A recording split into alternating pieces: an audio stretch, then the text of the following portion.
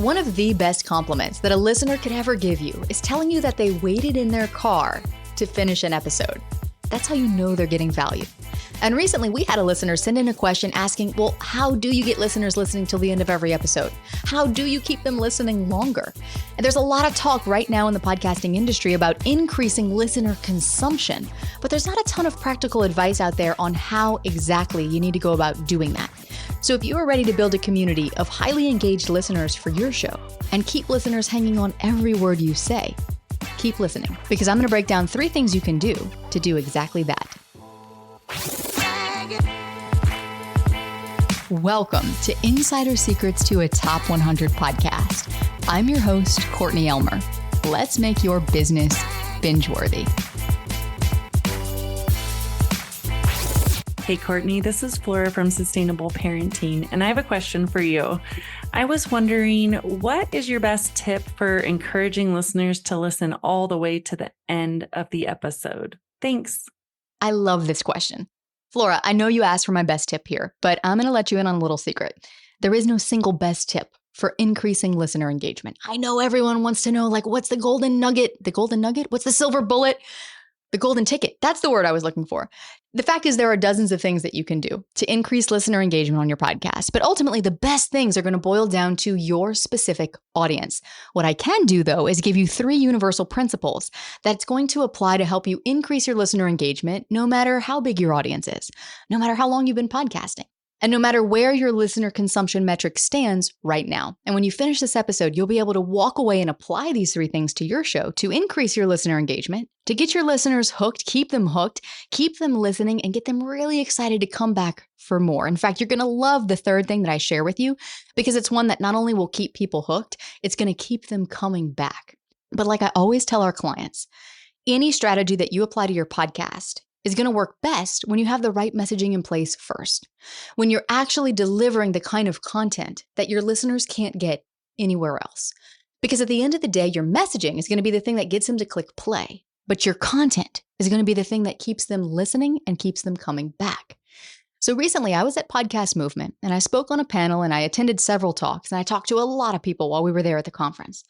And literally the buzzword outside of video podcasting, the other buzzword at the conference was listener consumption. This is a newer metric to the podcasting space. It's been around for a little bit, but back when I started podcasting, this metric didn't exist.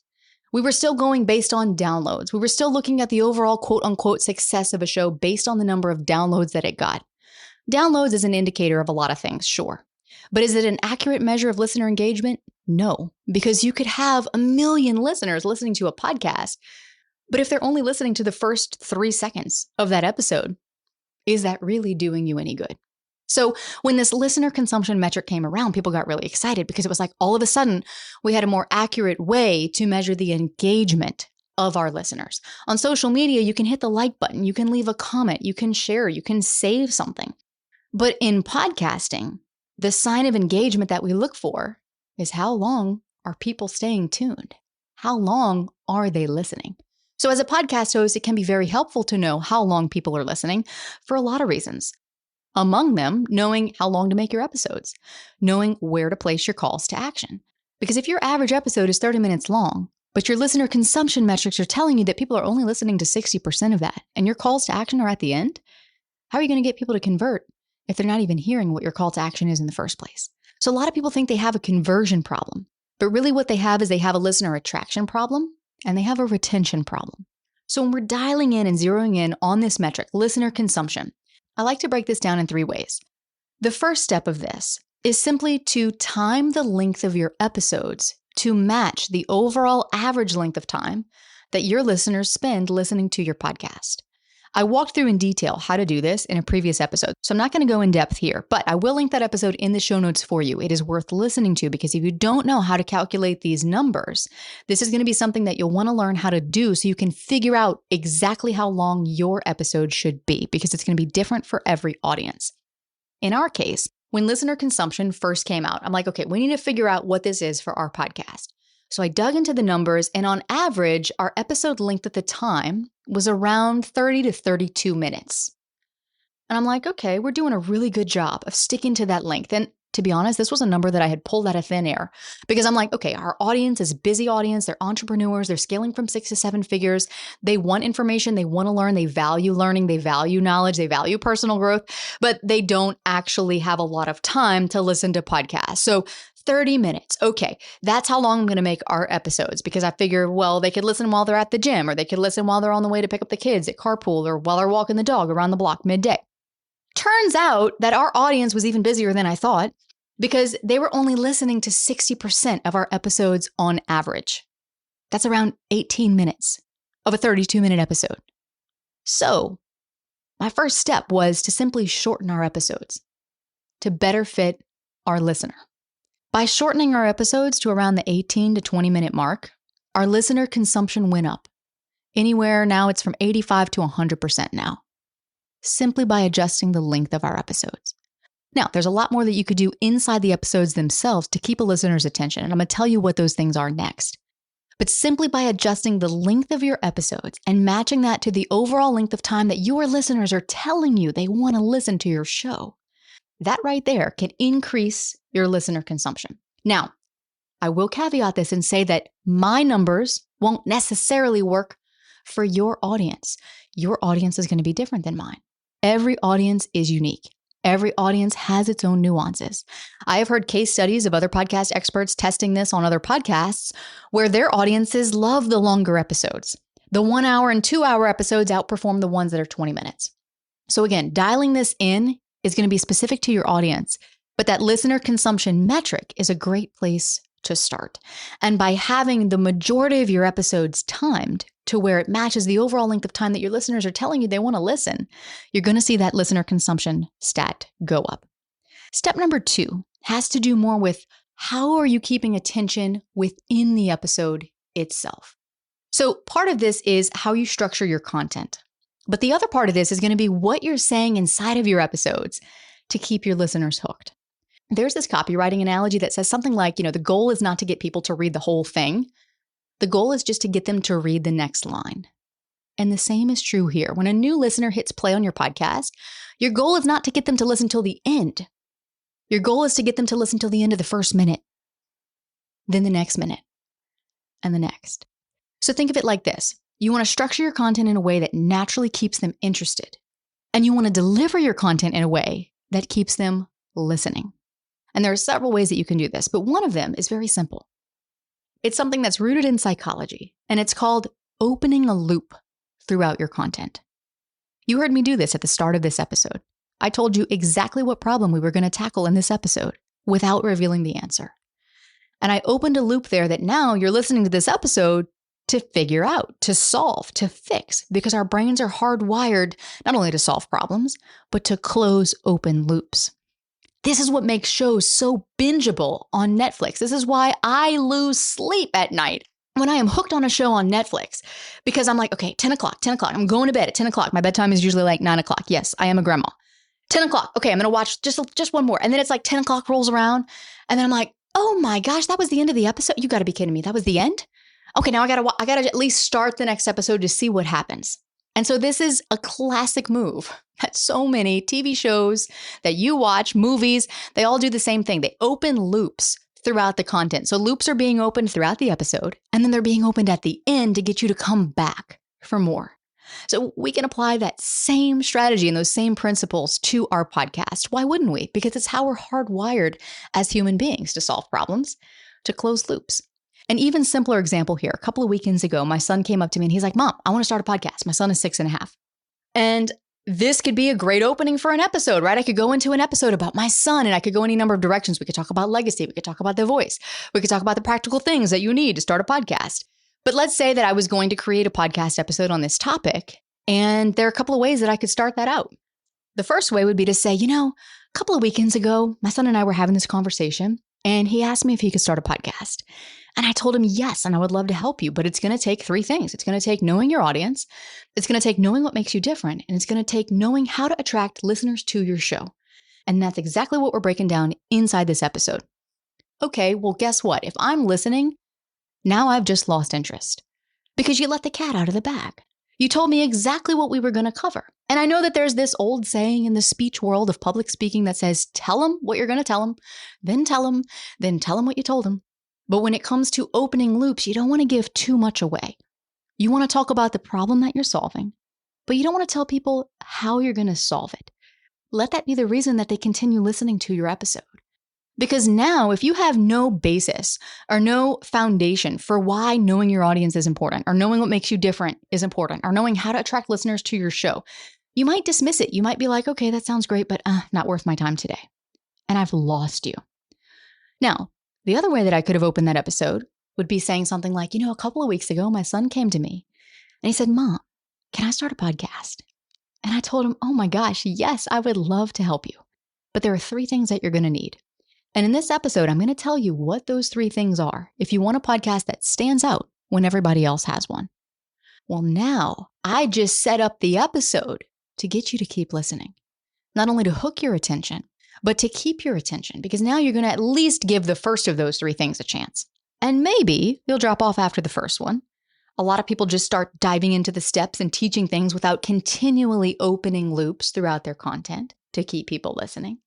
But I would encourage you to open loops, not just at the beginning of your episode, but throughout your episode as well. In fact, I did it at the beginning of this episode, not the very beginning, but the beginning of where we really started diving into the meat of what we're talking about here. And I said, you're really going to love step number 3 because it's going to help you avoid this and do this. Well, now, if you have the problem that I mentioned, or if you want to achieve the thing that I told you number 3 is going to help you achieve, you're going to stick around to listen to number 3. Or at the very least, you'll skip ahead to get to number 3. But chances are you'll listen because we're sequential creatures. And in our brain, we know that typically steps build on each other. So if it were me, I would probably stick around and listen to all 3. If it was something that I really just wanted to jump to, well, guess what? I just saved you time then. You can jump to number 3 and figure out what number 3 is. So this idea of opening a loop, kind of like, think of it like a carrot on a stick. Just make sure that you actually give the carrot at the end too. This is really important. Don't promise something that you don't actually deliver, because that will erode listener trust. So using this example, I'm teaching you 3 things inside of this episode. And so what you can do in opening those loops is tease the next step and why it's important before giving the first step. I did that in this episode. I did this back in episode 268. If you want to hear another example of this, 3 steps to doing XYZ. And you're really going to love step 3 because nobody is talking about it, but that you need if you want to do ABC. But before we get there, the first step is blah, blah, blah. So now you have opened a loop in their mind that makes the listener want to keep listening, to hear step 3. That's the carrot. And then you actually want to give them the carrot. Don't be like, all right, now come back to the next episode to hear more, because now you just wasted their time. And guess what? They won't be back. So make sure that when you're opening these loops, you're also closing the loops, because this is a very powerful way not only to hold attention, but also to build trust. And you can do this at the beginning of the episode, and you can do this throughout your episodes to keep your listeners' attention. And again, there are many ways that we teach our clients inside of Pod Launch how to structure your content, how to teach what you teach inside the episode to keep people engaged. But one simple way to think about it is to simply ask yourself, well, if I were my listener, if I were listening to this right now, what would keep me most engaged? Well, what would make me curious? And you can ask yourself this and put yourself in the shoes of your listener as you craft your episodes and outline your episodes. So now your listener makes it till the end of the episode. And guess what? You want them to come back. So what do you think I'm going to tell you?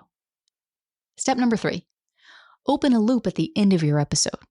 You hear me do this at the end of every single episode here on this show. Maybe you didn't realize that's what I was doing, but I'm giving you a reason to come back. And guess what? I do this on the podcast. I do this in our email newsletter. And I do this at various other places throughout our content too. Because opening these loops makes your listener want to come back, to close them, to answer them. This is why all the big streaming platforms do this too, because it creates this natural tension and a natural desire to bring that tension to resolution. And when I tell people this, I get one of 2 reactions. I get one reaction where they're like, oh, that's really smart. I never thought to do that. And then the other reaction is, oh, that means I need to plan out my episodes. And I'm like, yes. And then I ask them, and just genuine curiosity, why aren't you doing that right now?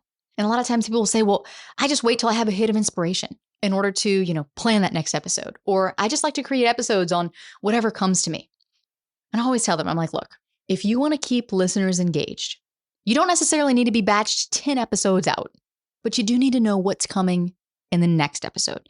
You need to put a little bit more forethought into your episodes. At the very least, know what you're going to be talking about next so that you can tease it without giving it all away or letting the cat out of the bag. For me, sometimes it's simply knowing what the episode title is going to be of the next episode. I don't have to have that episode all outlined. I don't have to have it mapped out or even recorded yet, but to know where I'm going so that as the host, I can lead you on a journey. But to be able to lead you on that journey, I have to know where I'm leading you.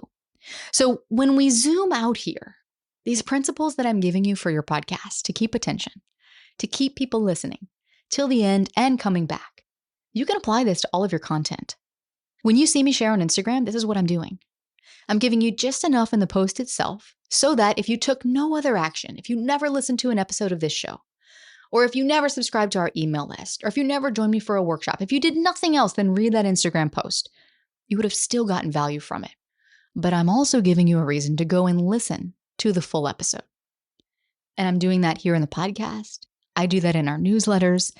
I do that in our workshops. I do that throughout all of our content because I know ultimately where I'm leading you and ultimately where you would like to go, which is to reach that status of binge-worthy thought leader, to be that thought leader in your space that people look up to, the one that people look up to and aspire to be like, the go-to leader in your niche. And so in order for you to be able to lead your listeners in the same way, you got to know where you're leading them. So Flora, this is what I would recommend to you. Listen to the episode that I'm going to link in the show notes on dialing in your episode length. Do that. Then take a look at how you're structuring your content right now inside your episodes and ask yourself, where can I open loops to keep people listening? And where can you give them a reason to come back? And are you making it worth their time to keep listening and to come back by delivering on what you're telling them you're going to be teaching them? All of this plays a role in your overall listener experience, which if it's positive, it's going to get people choosing to spend their time on your podcast and to spend more time on your podcast week after week, helping you build the kind of engaged audience that you want and helping you increase the kind of engagement metrics that the podcast players like Apple and Spotify really want to see. And if you're listening right now and this episode was helpful for you, I would love it if you would scroll down, tap the 5 stars on Apple Podcasts or on Spotify, and bonus points if you take 30 seconds to leave a review on Apple and let me know what you like best about the show. Because this is what lets others know that this show is worth their time too. And if you liked what you learned in this episode, then you are absolutely going to love what we cover in the next one. Because you heard me hint at how players like Apple and Spotify pay attention to your listener engagement, and how this bodes well for the overall success and the overall visibility of your podcast. So coming up next, we're going to cover the 5 other metrics that you need to know so you can signal to Apple and Spotify, hey, people love this show, which ultimately is going to help you get on the top charts so you can get noticed by new listeners. That's all coming up next to help you make your business binge-worthy.